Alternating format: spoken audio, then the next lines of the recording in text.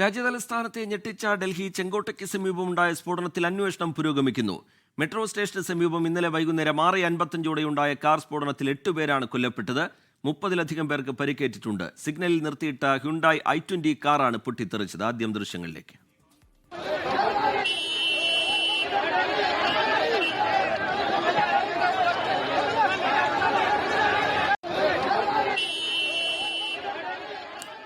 അന്വേഷണവുമായി ബന്ധപ്പെട്ട് ഫരീദാബാദ് സ്ഫോടക വസ്തു കേസിൽ അറസ്റ്റിലായ ഡോക്ടേഴ്സിനെ ചോദ്യം ചെയ്യുന്നു എന്നാണ് വിവരം. കാറിന്റെ ആദ്യ ഉടമ ഹരിയാന സ്വദേശി സൽമാനെ അന്വേഷണ സംഘം കസ്റ്റഡിയിലെടുത്തു. 1.5 വർഷം മുമ്പ് വാഹനം ഒക്ല സ്വദേശിയായ ദേവേന്ദ്രയ്ക്ക് വിറ്റു എന്നാണ് സൽമാന്റെ മൊഴി.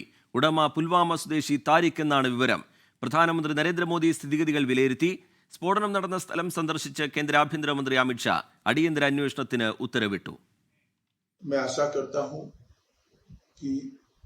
धमाके का कारण क्या है उसके निर्णय पर हमारी एजेंसियां पहुंच जाएगी. हम सभी एंगल्स को ओपन रखकर सभी दृष्टि से जांच कर रहे हैं. घटना किस कारण से हुई ये अभी कहना बहुत मुश्किल है. जब तक विस्फोट के स्पॉट पर से जो स्पेसिमेंस मिलेंगे इसका जब तक FSL का एनालिसिस, NSG का एनालिसिस नहीं होता, इसके बारे में कुछ भी कहना दिक्कत है. मगर हम किसी भी एंगल को बंद नहीं मानते हैं. सभी एंगल का हम दृढ़ता के साथ आगे जांच करें.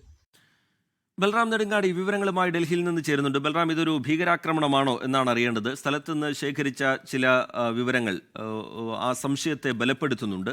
ശേഖരിച്ച വസ്തുക്കൾ വിദഗ്ധ പരിശോധനയ്ക്കായി അയച്ചിരിക്കുന്നു. നിലവിൽ വിവിധ ഏജൻസികൾ എത്തി നിൽക്കുന്ന നിഗമനം ഏതു തരത്തിലാണ്, സംശയങ്ങൾ ഏതു തരത്തിലാണ്, അന്വേഷണം, അതിൻ്റെ തുടർനീക്കം, വിവരങ്ങൾ എന്താണ് Balram Nedungadi? Rijith, very good morning. കഴിഞ്ഞ ദിവസം ഡൽഹി ചെങ്കോട്ടയ്ക്ക് സമീപമുണ്ടായ സ്ഫോടനം അത് ഒരു അട്ടിമറി പദ്ധതിയാണ് എന്ന നിഗമനത്തിലേക്ക് തന്നെയാണ് കാര്യങ്ങൾ എത്തുന്നത്. ഇത് ഔദ്യോഗികമായി സ്ഥിരീകരിച്ചിട്ടില്ല എങ്കിൽ പോലും ഡൽഹിയിൽ നടന്നത് ഒരു ഫിയാദീൻ ആക്രമണമാണ് എന്ന സംശയത്തിലേക്കാണ് അന്വേഷണ ഏജൻസികളുടെ അന്വേഷണത്തിന്റെ ദിശ ഇപ്പോൾ മുന്നോട്ട് നീങ്ങിക്കൊണ്ടിരിക്കുന്നത്. കാരണം ഉഗ്രശേഷിയുള്ള സ്ഫോടക വസ്തുക്കൾ ആണ് ഈ സ്ഫോടനത്തിന് ഇടയാക്കിയത് എന്നാണ് പ്രാഥമികമായി പരിശോധനയിൽ വ്യക്തമായിരിക്കുന്നത്.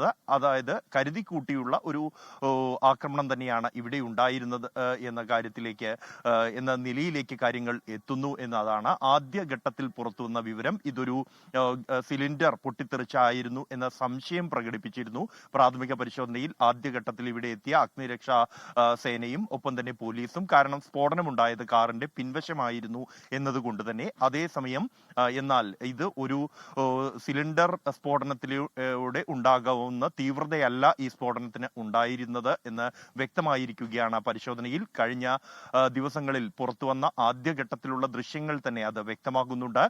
ഈ സ്ഫോടനമുണ്ടായി നിമിഷങ്ങൾക്കകം തന്നെ ഈ കാർ ഒരു അഗ്നിഗോളമായി മാറുകയും സമീപത്തുള്ള വാഹനങ്ങളിലേക്ക് അതിവേഗം തീ പടരുകയും ചെയ്യുന്നു. 8 വാഹനങ്ങളാണ് നിമിഷങ്ങൾക്കകം ഈ പ്രദേശത്ത് കത്തിച്ചാമ്പലായത്. ഏതാണ്ട് അരമണിക്കൂറിലേറെ സമയമെടുത്താണ് ഈ തീ അണയ്ക്കാൻ അഗ്നിശമന സേനയ്ക്ക് കഴിഞ്ഞത് എന്ന് തന്നെ ഇതിന്റെ ഒരു തീവ്രത വ്യക്തമാക്കുന്നുണ്ട്. എന്തായാലും ഇതൊരു അട്ടിമറി ഇതിന് പിന്നിൽ ഉണ്ടായിരുന്നു എന്ന ദിശയിലേക്ക് അന്വേഷണം മുന്നോട്ട് നീങ്ങിക്കൊണ്ടിരിക്കുന്നു. ആ ഒരു തരത്തിൽ തന്നെയാണ് പ്രാഥമികമായി ആദ്യ മണിക്കൂറുകളിൽ നടത്തിയ അന്വേഷണത്തിൽ പുറത്തുവന്ന വിവരങ്ങളും വ്യക്തമാക്കുന്നത്. ഈ വാഹനത്തിന് ഒരു പുൽവാമ ബന്ധം ഉണ്ടായിരുന്നു എന്ന കാര്യം സ്ഥിരീകരിച്ചിരിക്കുന്നു. പുൽവാമ സ്വദേശിയാണ് ഏറ്റവും ഒടുവിൽ ഈ വാഹനം സ്വന്തമാക്കിയിരിക്കുന്നത്. കഴിഞ്ഞ മാസമാണ് പുൽവാമ സ്വദേശി ഈ വാഹനം സ്വന്തമാക്കിയിരിക്കുന്നത് എന്നതാണ് പുറത്തുവന്ന വിവരങ്ങൾ തെളിയിക്കുന്നത്. ഒപ്പം തന്നെ കഴിഞ്ഞ ദിവസം ഈ മേഖലയിൽ ഉണ്ടായിരുന്ന CCTV ദൃശ്യങ്ങൾ പൂർണ്ണമായും തന്നെ പോലീസ് പരിശോധിച്ചിട്ടുണ്ട്. ആ പരിശോധനയിൽ നിന്നും റെഡ് ഫോർട്ടിന് സമീപമുള്ള പാർക്കിംഗ് മേഖലയിലേക്ക് വൈകിട്ട് 3:19 ഈ വാഹനം എത്തിയത് എന്നും അവിടെ നിന്നും കൃത്യം 6:48 ഈ വാഹനം പുൽവാമയിൽ നിന്നും സ്വദേശിയായ ഒരാളുടെ ഉടമസ്ഥതയിലുള്ള ഈ വാഹനം 6:48 റെഡ് ഫോർട്ട് എയർപോർട്ടിന് സമീപമുള്ള പാർക്കിംഗ് ഏരിയയിൽ നിന്നും വാഹനം പുറത്തേക്ക് എടുത്തത് എന്നുമാണ് CCTV ദൃശ്യങ്ങളിൽ വ്യക്തമായിരിക്കുന്നത്. അതിനുശേഷം 4 മിനിറ്റിനകമാണ് സ്ഫോടനം ഉണ്ടായിരിക്കുന്നത്. 6:52 ഈ സ്ഫോടനം ഉണ്ടായിരിക്കുന്നത് എന്നുള്ളതും ദൃശ്യങ്ങളിൽ വ്യക്തമാണ്. അത് കഴിഞ്ഞ ദിവസം ആഭ്യന്തരമന്ത്രി അമിത്ഷാ സ്ഥിരീകരിക്കുകയും ചെയ്തിരുന്നു. 6:52 ഈ സ്ഫോടനം ഉണ്ടായത്. തുടർന്ന് തൊട്ട് നിമിഷങ്ങൾക്കകം തന്നെ അഗ്നിശമന സേന ഇവിടെ എത്തി മറ്റ് നടപടികളിലേക്ക് കടക്കുകയായിരുന്നു. അതായത് കരുതി കൂട്ടിയുള്ള ഒരു ആക്രമണമാണ് എന്ന് സ്ഥിരീകരിക്കാവുന്ന തരത്തിലുള്ള CCTV ദൃശ്യങ്ങൾ ഉൾപ്പെടെ പുറത്തു വന്നിരിക്കുന്നു. വൈകിട്ട് 3:19 പാർക്ക് ചെയ്ത വാഹനം പാർക്കിംഗ് ഏരിയയിൽ നിന്നും 6:48 പുറത്തേക്ക് എടുക്കുന്നു. 4 മിനിറ്റിനകം അത് ആ ഘട്ടത്തിൽ സ്ഫോടനത്തിന്റെ സമയത്ത് ലഭിച്ച ദൃക്സാക്ഷി മൊഴികൾ, CCTV ദൃശ്യങ്ങൾ എന്നിവയിൽ ഈ റെഡ് ഫോർട്ടിന് തൊട്ടും എതിർഭാഗത്തുള്ള ഏറ്റവും തിരക്കേറിയ ജനസാന്ദ്രതയുള്ള മേഖലയിലെ റെഡ് ലൈറ്റ് ആണ് ഈ മേഖലയിലുള്ളത്. അവിടെ ചുവപ്പ് ലൈറ്റ് കത്തിയപ്പോൾ വളരെ പതിയെ മുന്നോട്ട് നീങ്ങി ആ ചുവപ്പ് ലൈറ്റിൽ കാർ നിർത്തുന്ന ഘട്ടത്തിലാണ് ഉടൻ പൊട്ടിത്തെറി ഉണ്ടാകുന്നത്. എല്ലാ വശങ്ങളും ഇപ്പോൾ വിവിധ ഏജൻസികൾ പരിശോധിക്കുന്നുണ്ട്. ഇന്ന് അമിത്ഷായുടെ നേതൃത്വത്തിൽ ഉന്നതതല യോഗം ചേരാൻ പോകുന്നു. മറ്റൊന്ന് ഇതിന്റെ ലക്ഷ്യവുമായി ബന്ധപ്പെട്ടാണ്. ഇത് സമീപത്തുള്ളത് വളരെ തിരക്കേറിയ ചാന്ദിനി ചൗക്കിലെ മാർക്കറ്റാണ്. അതാണോ ലക്ഷ്യം വെച്ചത്, അതോ ഈ സിഗ്നലിൽ തന്നെയാണോ എന്നത് സംബന്ധിച്ചൊക്കെയുള്ള അന്വേഷണം, അതിൻ്റെയൊക്കെ എല്ലാ വശങ്ങളിലേക്കും അന്വേഷണം നീങ്ങുകയാണോ ബൽറാം നെടുങ്ങാടി?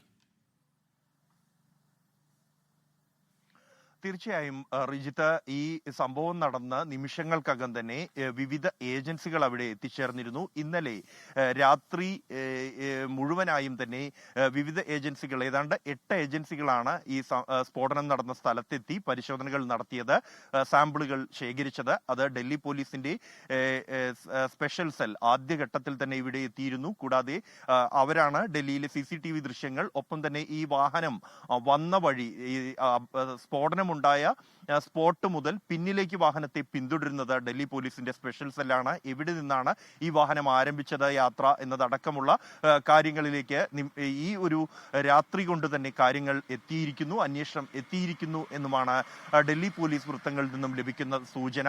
ലഭ്യമാകുന്ന മുഴുവൻ CCTV ദൃശ്യങ്ങളും, ഈ കാറിന്റെ ദൃശ്യങ്ങൾ പതിഞ്ഞ മുഴുവൻ CCTV ദൃശ്യങ്ങളും ഡൽഹി പോലീസിന്റെ സ്പെഷ്യൽ സെൽ ഇതിനകം തന്നെ ശേഖരിച്ചു കഴിഞ്ഞിട്ടുണ്ട്. അതിൽ നിന്നുള്ള വിവരങ്ങളാണ് അല്പസമയം മുമ്പ് നമ്മൾ പങ്കുവച്ചത്. ഈ കാർ പാർക്കിംഗ് ഏരിയയിൽ എത്തിയ സമയം, അത് പുറത്തേക്കെടുത്ത സമയം ഉൾപ്പെടെയുള്ളവ സ്പെഷ്യൽ സെല്ലിനെ കൂടാതെ ഡൽഹി പോലീസിന്റെ ക്രൈം ബ്രാഞ്ച് സംഭവ സ്ഥലത്തെത്തി പരിശോധനകൾ നടത്തിയിട്ടുണ്ട്. ഇതുകൂടാതെയാണ് ദേശീയ ഏജൻസികൾ, NIA-യുടെ സംഘം, പ്രത്യേക സംഘം സംഭവ സ്ഥലത്ത് എത്തി പരിശോധനകൾ നടത്തിയിരുന്നു. NSG സംഘം എത്തി പരിശോധന നടത്തിയിരുന്നു. ഈ 2 സംഘങ്ങൾ എന്നുള്ളത് അന്താരാഷ്ട്ര ഭീകര സംഘടനകളുടേതടക്കമുള്ള സ്ഫോടന സ്വഭാവം, ഉപയോഗിച്ചിരിക്കുന്ന സ്ഫോടന വസ്തുക്കൾ ഏത് എന്നിവ കണ്ടെത്താൻ അതീവ വൈദഗ്ധ്യം ലഭിച്ച, പരിശീലനം ലഭിച്ച സംഘങ്ങളാണ് രാജ്യത്ത്. NSG-യും NIA-യും ഈ 2 സംഘങ്ങളും ഇവിടെ എത്തി പരിശോധനകൾ നടത്തിയിട്ടുണ്ട്. കൂടാതെ നാഷണൽ ഫോറൻസിക് ലാബ്, സയൻസ് ലാബിൽ നിന്നുള്ള വിദഗ്ധർ ഇവിടെ എത്തി ഇതിൽ നിന്നുള്ള സ്ഫോടക വസ്തുക്കൾ ഉൾപ്പെടെയുള്ളവ ഏത് എന്ന് കണ്ടെത്തുന്നതിനാവശ്യമായ സാമ്പിളുകൾ ശേഖരിച്ചിട്ടുണ്ട്. ഇതുകൂടാതെയാണ് ഉത്തർപ്രദേശ് പോലീസിന്റെ ATS സമീപകാലത്തായി ഒട്ടേറെ ഭീകരവാദ ആക്രമണ പദ്ധതികൾ തകർത്ത ഒരു വിഭാഗമാണ് ഉത്തർപ്രദേശ് പോലീസിന്റെ ATS എന്നുള്ളത്. കൂടാതെ ജമ്മു കശ്മീർ പോലീസിന്റെ ATS ഈ സംഭവ സ്ഥലത്ത് എത്തി സാമ്പിളുകൾ പരിശോധിച്ചിരുന്നു. ഇത്തരത്തിൽ വിവിധ ഏജൻസികൾ ഏകോപിപ്പിച്ചുകൊണ്ടുള്ള അന്വേഷണം ആദ്യ മണിക്കൂറുകളിൽ തന്നെ ആരംഭിച്ചിട്ടുണ്ട്. ഈ ഒരു സ്ഫോടനം ഉണ്ടായ ദിവസമാണ് ഏറ്റവും പ്രധാനമെന്നുള്ളത്.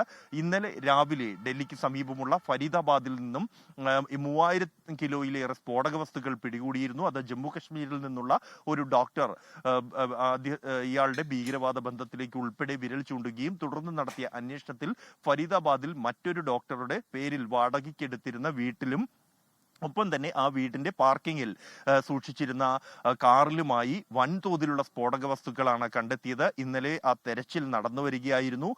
ആ തെരച്ചിൽ വൈകിട്ടായപ്പോഴേക്കും രാവിലെ 300 കിലോ സ്ഫോടക വസ്തുക്കൾ പിടികൂടിയത്. അത് 3000 കിലോയിലേറെ സ്ഫോടക വസ്തുക്കൾ വിവിധ ഇടങ്ങളിൽ നിന്നും പിടികൂടിയിരുന്നു. AK-47 തോക്കുകൾ ഉൾപ്പെടെ പിടികൂടിയിരുന്നു ഈ ഒരു അന്വേഷണത്തിൽ.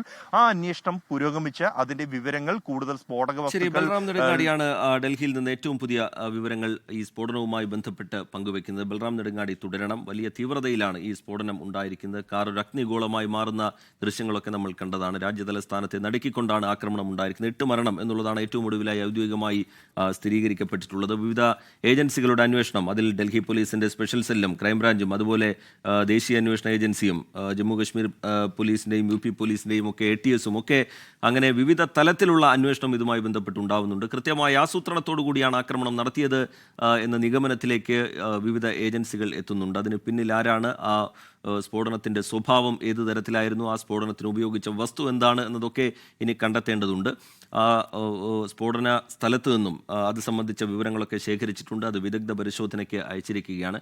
ലോകത്തെവിടെയായാലും ഏത് സമയത്തും 24 വാർത്തകളും ഓഗ്മെന്റഡ് റിയാലിറ്റി പാക്കേജുകളും എക്സ്പ്ലെയിനറുകളും വിശദമായി കാണാൻ ഞങ്ങളുടെ YouTube ചാനൽ നിങ്ങൾക്ക് സബ്സ്ക്രൈബ് ചെയ്യാം.